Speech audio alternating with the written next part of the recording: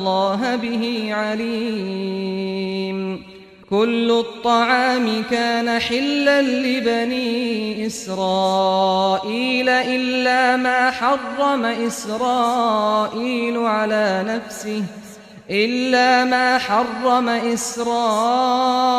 على نفسه من قبل أن تنزل التوراة. قل فأتوا بالتوراة فاتلوها إن كنتم صادقين. فمن افترى على الله الكذب من بعد ذلك فأولئك هم الظالمون. قل صدق الله. فاتبعوا ملة إبراهيم حنيفا وما كان من المشركين. إن أول بيت وضع للناس للذي ببكة مباركا وهدى للعالمين. فيه آيات بينات مقام إبراهيم ومن دخله كان آمنا. ولله على الناس حج البيت من استطاع إليه سبيلا ومن كفر فإن الله غني عن العالمين. قل يا أهل الكتاب لم تكفرون بآيات الله والله شهيد على ما تعملون. قل يا أهل الكتاب لم تصدون عن سبيل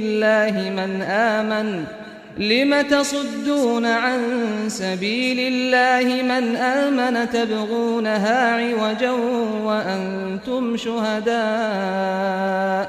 وما الله بغافل عما تعملون. يا أيها الذين آمنوا إن تطيعوا فريقا من الذين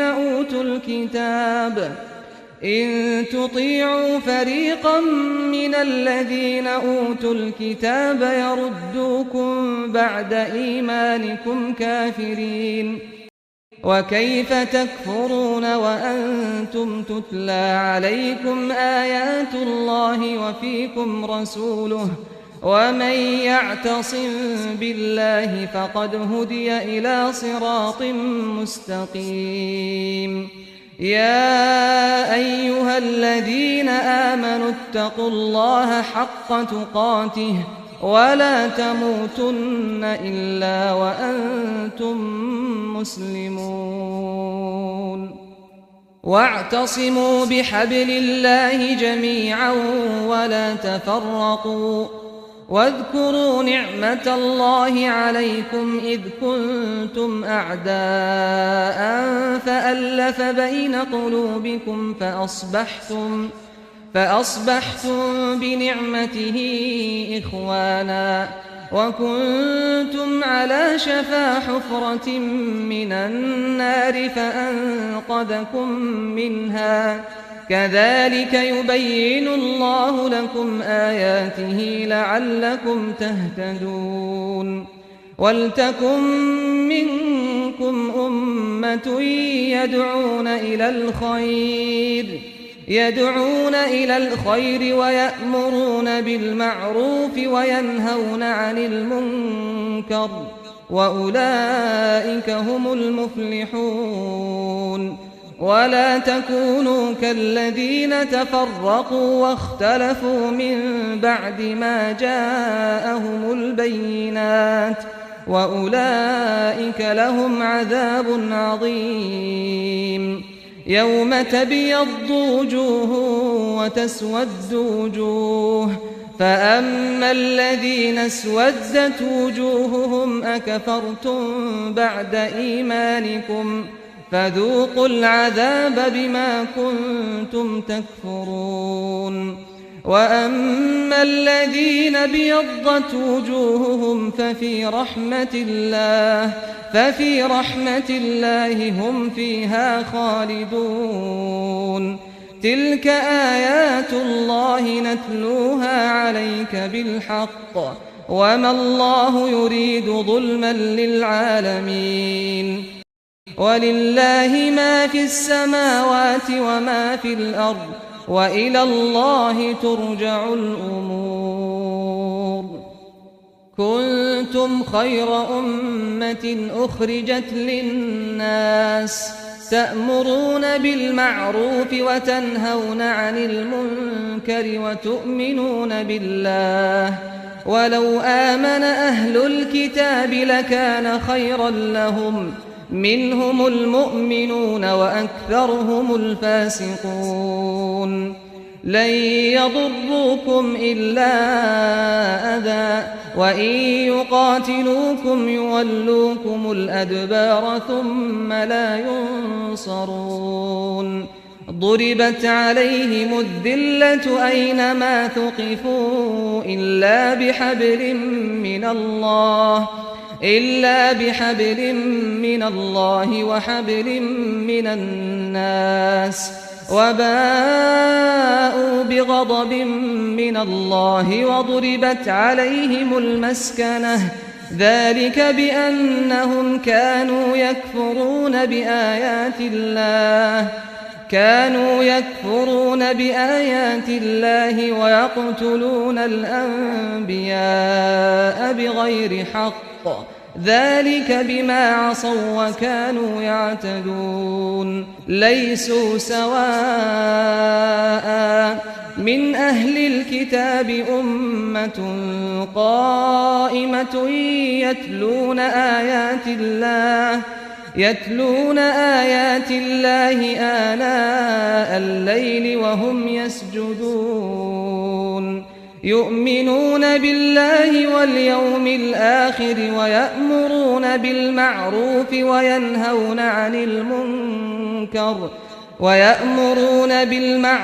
وينهون عن المنكر ويسارعون في الخيرات وأولئك من الصالحين وما يفعلوا من خير فلن يكفروه والله عليم بالمتقين إن الذين كفروا لن تغني عنهم أموالهم ولا أولادهم من الله شيئا وأولئك أصحاب النار هم فيها خالدون مثل ما ينفقون في هذه الحياة الدنيا كمثل ريح فيها صر أصابت حرث قوم ظلموا أنفسهم فأهلكت وما ظلمهم الله ولكن أنفسهم يظلمون يا أيها الذين آمنوا لا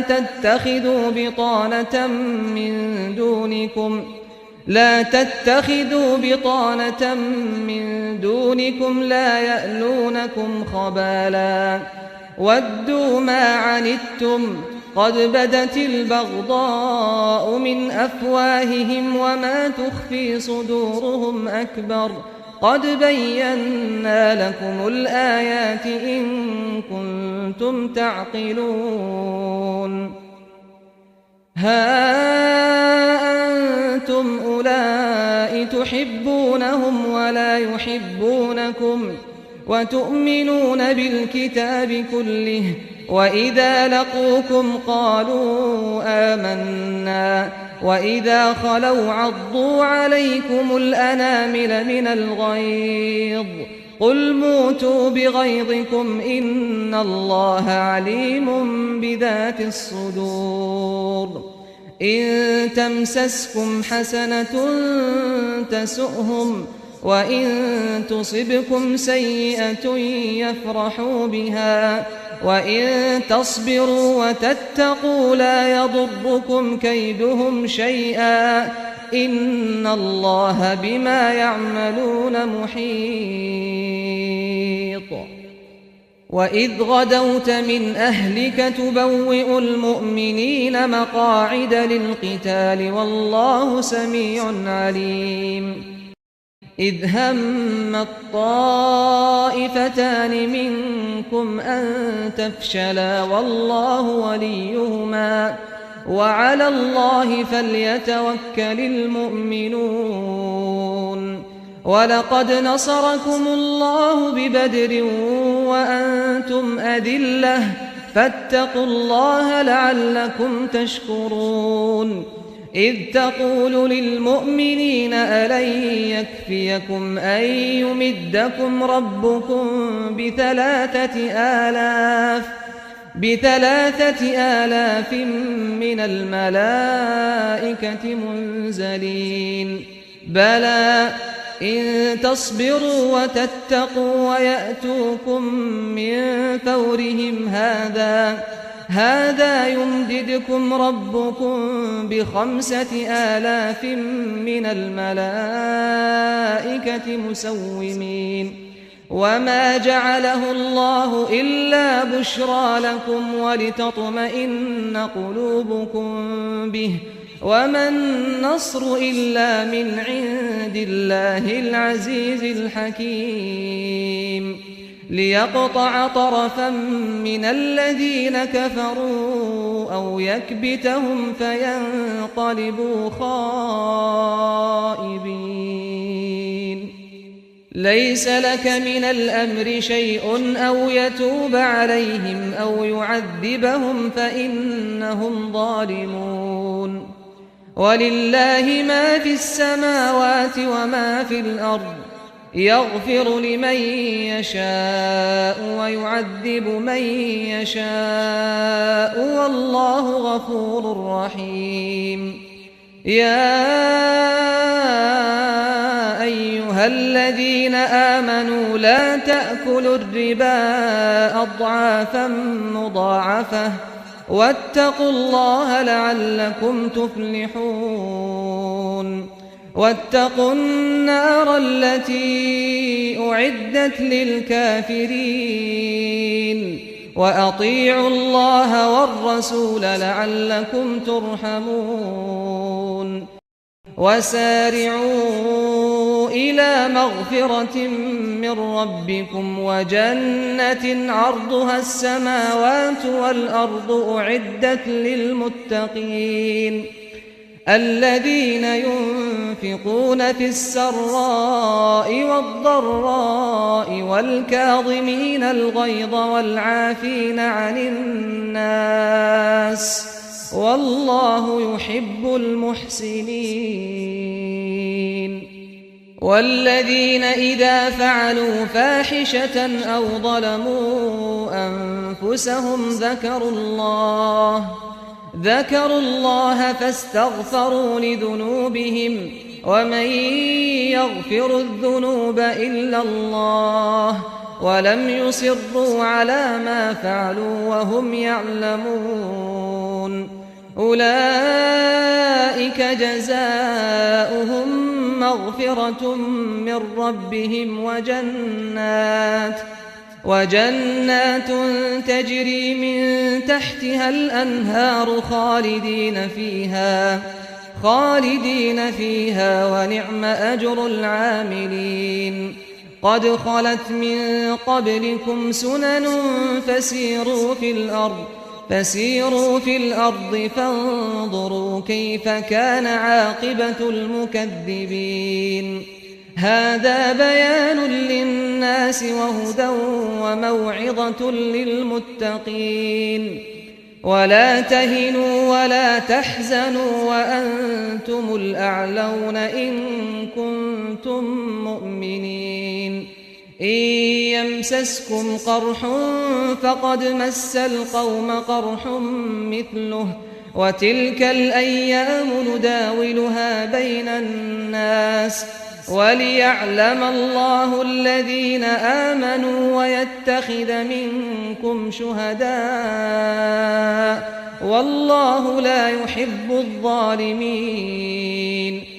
وليمحص الله الذين آمنوا ويمحق الكافرين أم حسبتم أن تدخلوا الجنة ولما يعلم الله الذين جاهدوا منكم ويعلم الصابرين ولقد كنتم تمنون الموت من قبل أن تلقوه فقد رأيتموه وأنتم تنظرون وما محمد إلا رسول قد خلت من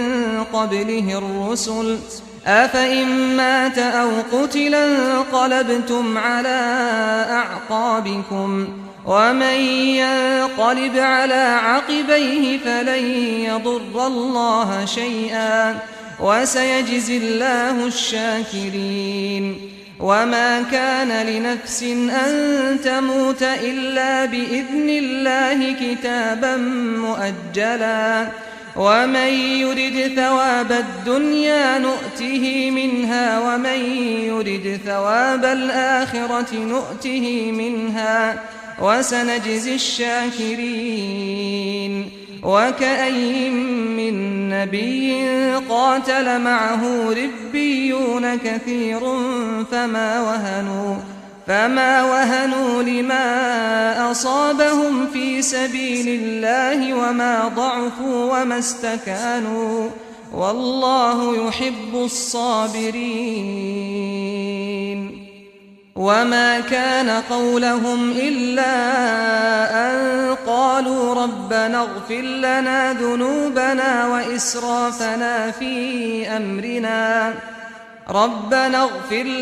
ذنوبنا وإسرافنا في أمرنا وثبت أقدامنا وانصرنا على القوم الكافرين فآتاهم الله ثواب الدنيا وحسن ثواب الآخرة والله يحب المحسنين يا أيها الذين آمنوا إن تطيعوا الذين كفروا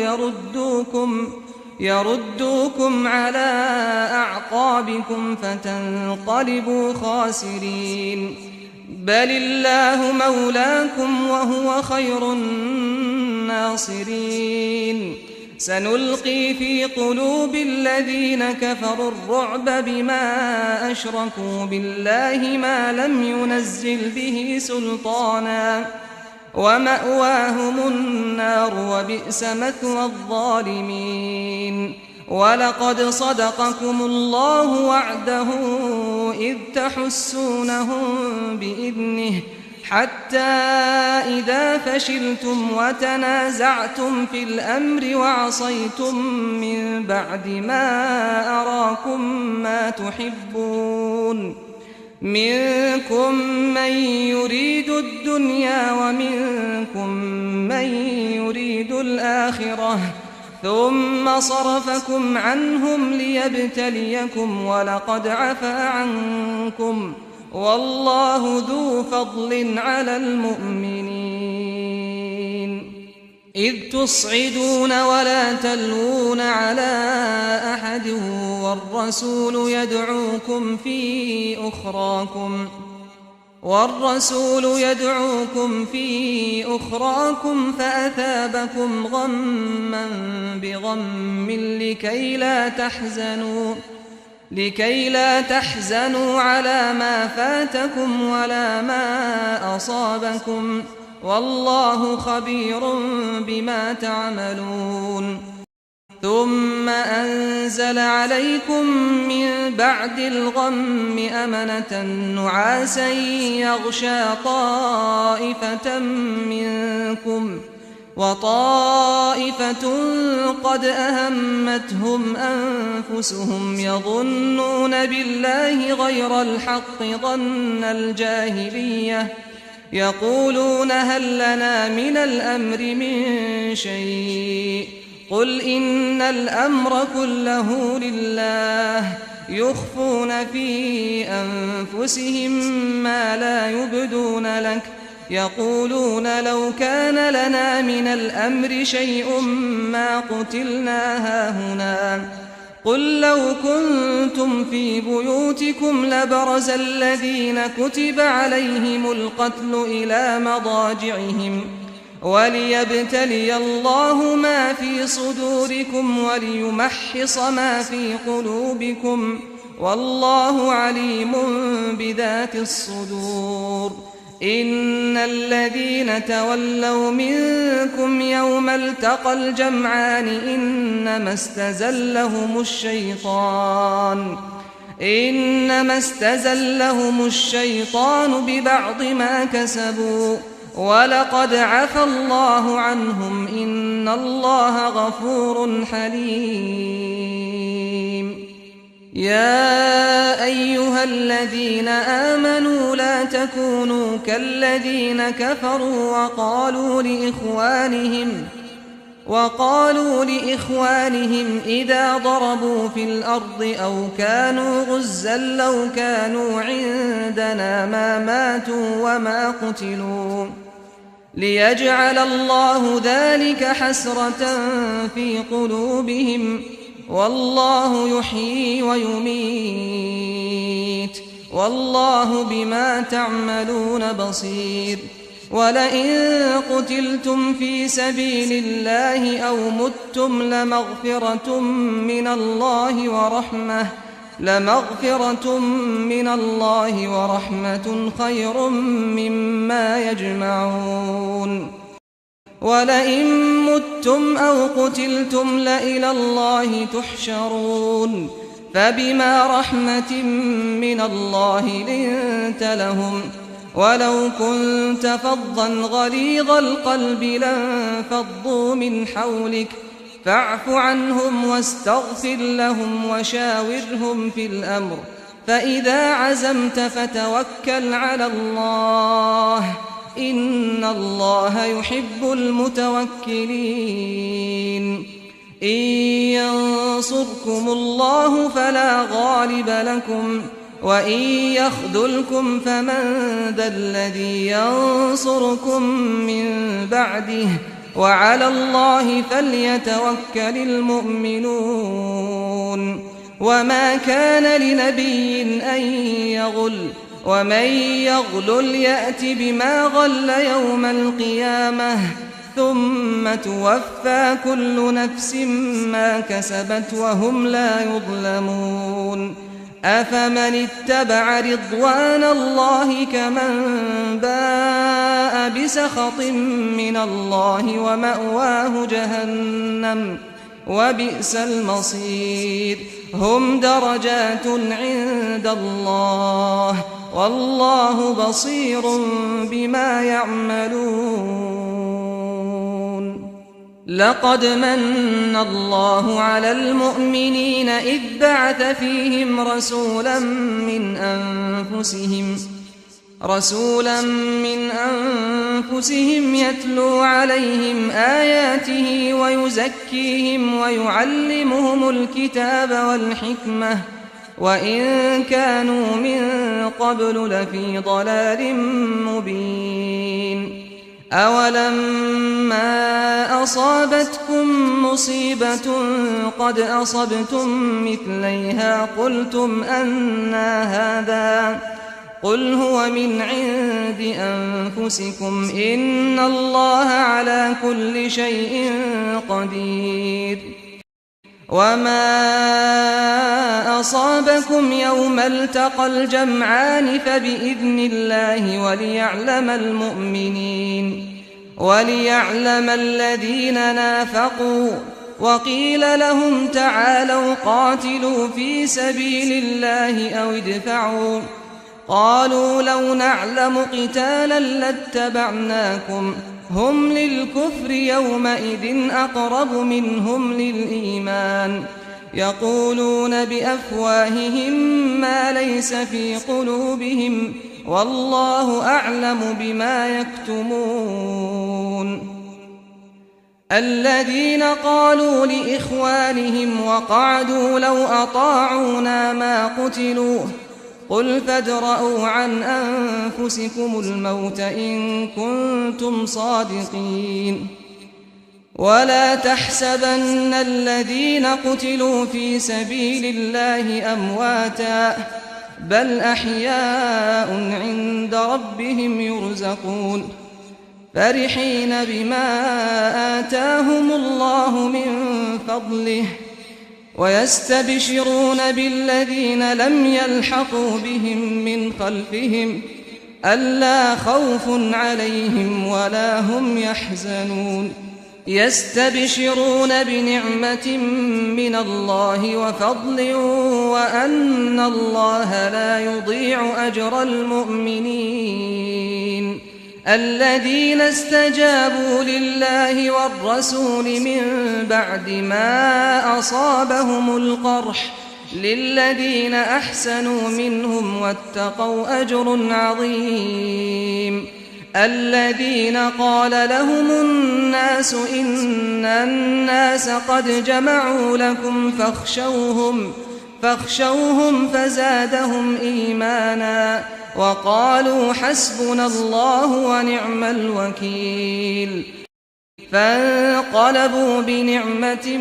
من الله وفضل لم يمسسهم سوء واتبعوا رضوان الله والله ذو فضل عظيم إنما ذلكم الشيطان يخوف أولياءه فلا تخافوهم وخافون إن كنتم مؤمنين ولا يحزنك الذين يسارعون في الكفر إنهم لن يضروا الله شيئا يريد الله ألا يجعل لهم حظا في الآخرة ولهم عذاب عظيم إن الذين اشتروا الكفر بالإيمان لن يضروا الله شيئا ولهم عذاب أليم ولا يحسبن الذين كفروا أنما نملي لهم خير لأنفسهم إنما نملي لهم ليزدادوا إثما ولهم عذاب مهين ما كان الله ليذر المؤمنين على ما أنتم عليه حتى يميز الخبيث من الطيب وما كان الله ليطلعكم على الغيب ولكن الله يجتبي من رسله من يشاء فآمنوا بالله ورسله وإن تؤمنوا وتتقوا فلكم أجر عظيم ولا يحسبن الذين يبخلون بما آتاهم الله من فضله هو خيرا لهم بل هو شر لهم سيطوقون ما بخلوا به يوم القيامة ولله ميراث السماوات والأرض والله بما تعملون خبير لقد سمع الله قول الذين قالوا إن الله فقير ونحن أغنياء سنكتب ما قالوا وقتلهم الأنبياء بغير حق ونقول ذوقوا عذاب الحريق ذلك بما قدمت أيديكم وأن الله ليس بظلام للعبيد الذين قالوا إن الله عهد إلينا ألا نؤمن لرسول حتى يأتينا بقربان تأكله النار قل قد جاءكم رسل من قبلي بالبينات وبالذي قلتم فلم قتلتموهم إن كنتم صادقين فإن كذبوك فقد كذب رسل من قبلك جاءوا بالبينات والزبر والكتاب المنير كل نفس ذائقة الموت وإنما توفون أجوركم يوم القيامة فمن زحزح عن النار وأدخل الجنة فقد فاز وما الحياة الدنيا إلا متاع الغرور لتبلغن في أموالكم وأنفسكم ولتسمعن من الذين أوتوا الكتاب من قبلكم ومن الذين أشركوا أذى كثيرا وإن تصبروا وتتقوا فإن ذلك من عزم الأمور وإذ أخذ الله ميثاق الذين أوتوا الكتاب لتبيننه للناس ولا تكتمونه فنبذوه وراء ظهورهم واشتروا به ثمنا قليلا فبئس ما يشترون لا تحسبن الذين يفرحون بما أتوا ويحبون أن يحمدوا بما لم يفعلوا فلا تحسبنهم بمفازة من العذاب ولهم عذاب أليم ولله ملك السماوات والأرض والله على كل شيء قدير إن في خلق السماوات والأرض واختلاف الليل والنهار لآيات لأولي الألباب الذين يذكرون الله قياما وقعودا وعلى جنوبهم ويتفكرون في خلق السماوات والأرض ربنا ما خلقت هذا باطلا سبحانك فقنا عذاب النار ربنا إنك من تدخل النار فقد أخزيته وما للظالمين من أنصار ربنا إننا سمعنا مناديا ينادي للإيمان أن آمنوا بربكم فآمنا ربنا فاغفر لنا ذنوبنا وكفر عنا سيئاتنا وتوفنا مع الأبرار ربنا وآتنا ما وعدتنا على رسلك ولا تخزنا يوم القيامة إنك لا تخلف الميعاد فاستجاب لهم ربهم أني لا أضيع عمل عامل منكم من ذكر أو أنثى بعضكم من بعض فالذين هاجروا وأخرجوا من ديارهم وأوذوا في سبيلي وقاتلوا وقتلوا لأكفرن عنهم سيئاتهم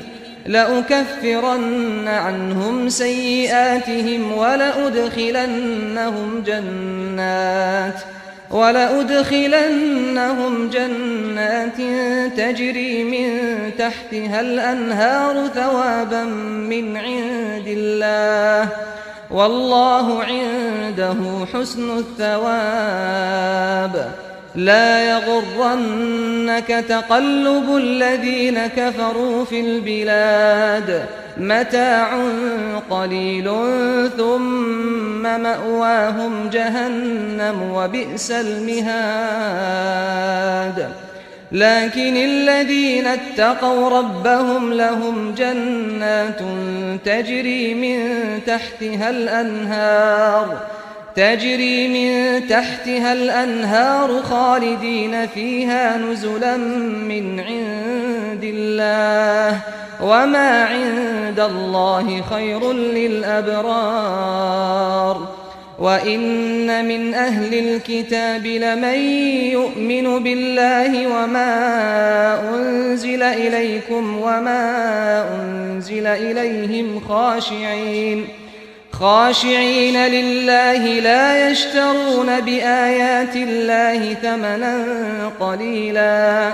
أولئك لهم أجرهم عند ربهم إن الله سريع الحساب يا أيها الذين آمنوا اصبروا وصابروا ورابطوا واتقوا الله لعلكم تفلحون.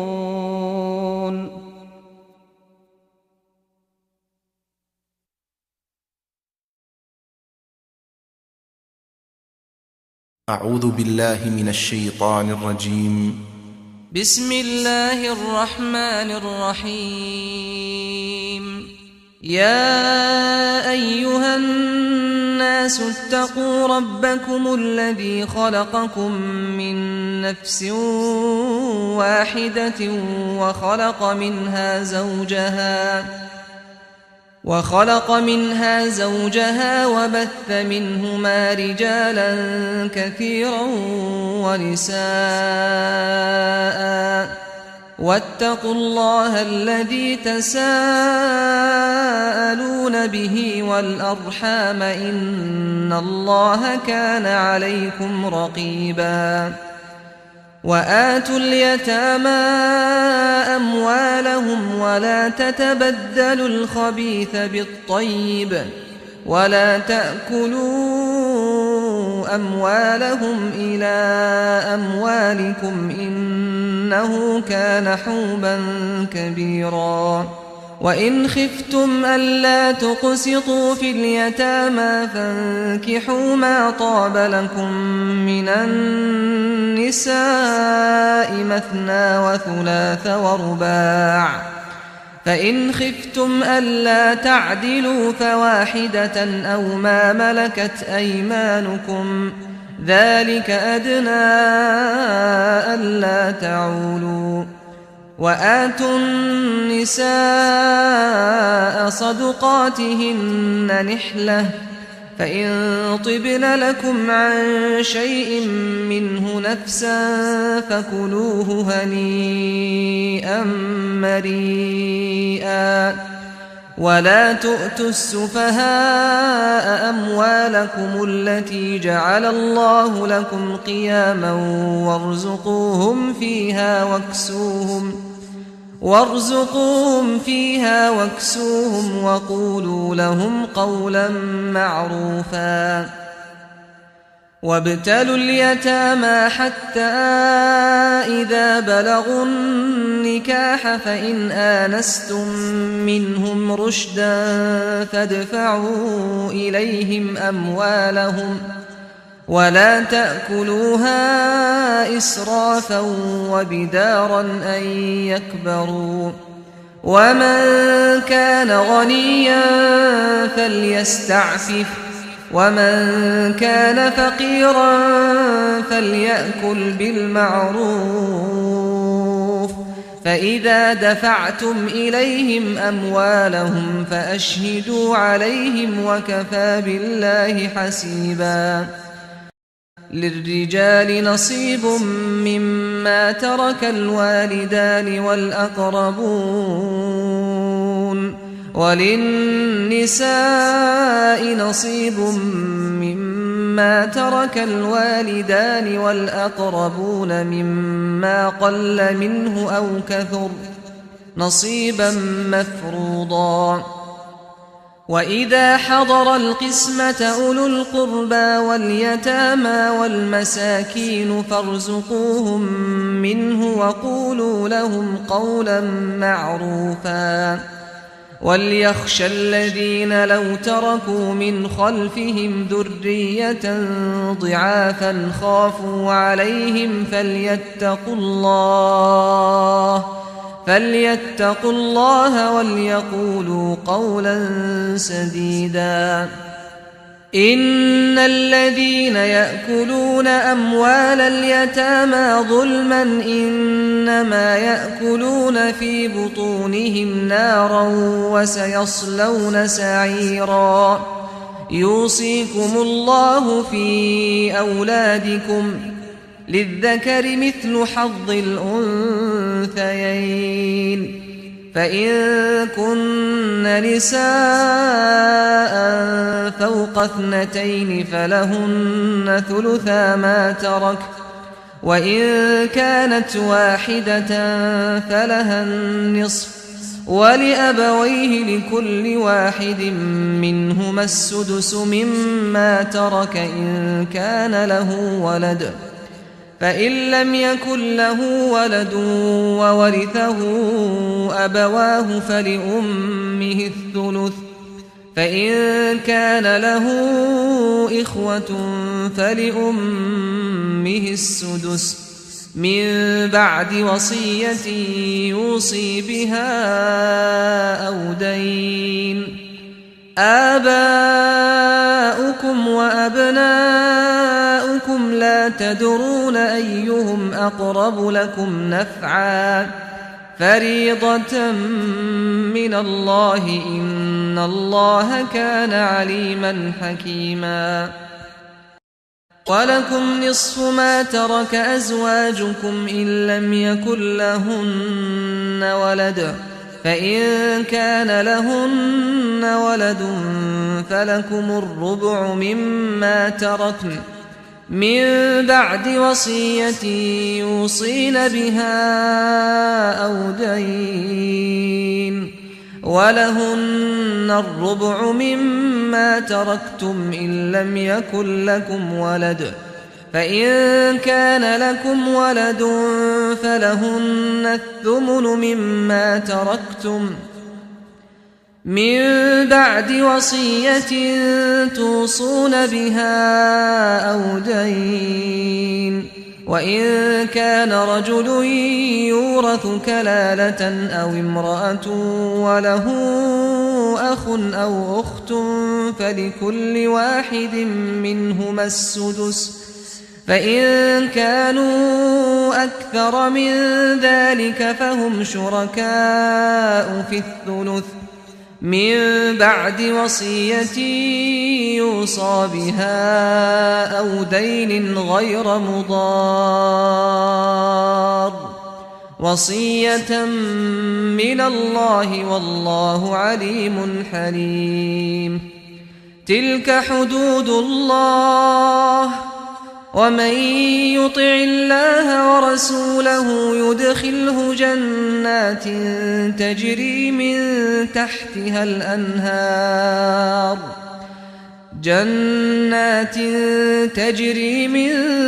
تحتها الأنهار خالدين فيها وذلك الفوز العظيم ومن يعص الله ورسوله ويتعد حدوده يدخله نارا خالدا فيها وله عذاب مهين واللاتي يأتين الفاحشة من نسائكم فاستشهدوا عليهن 4 منكم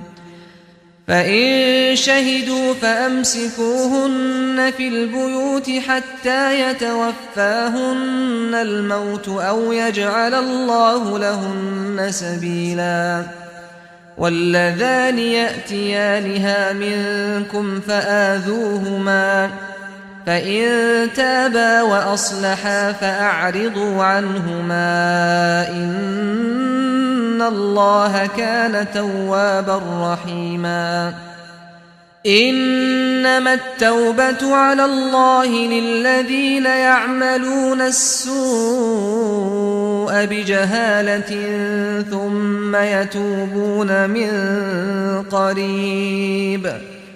ثم يتوبون من قريب فأولئك يتوب الله عليهم وكان الله عليما حكيما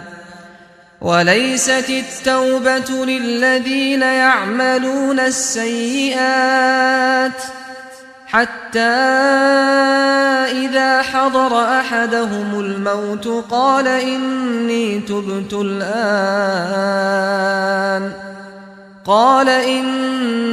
تبت الآن ولا الذين يموتون وهم كفار أولئك أعتدنا لهم عذابا أليما. يا أيها الذين آمنوا لا يحل لكم أن ترثوا النساء كرها ولا تعضلوهن لتذهبوا ببعض ما آتيتموهن إلا أن يأتين بفاحشة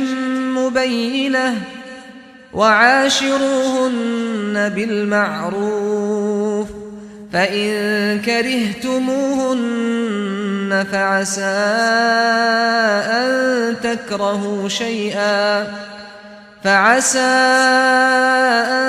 تكرهوا شيئا ويجعل الله فيه خيرا كثيرا. وإن أردتم استبدال زوج مكان زوج وآتيتم إحداهن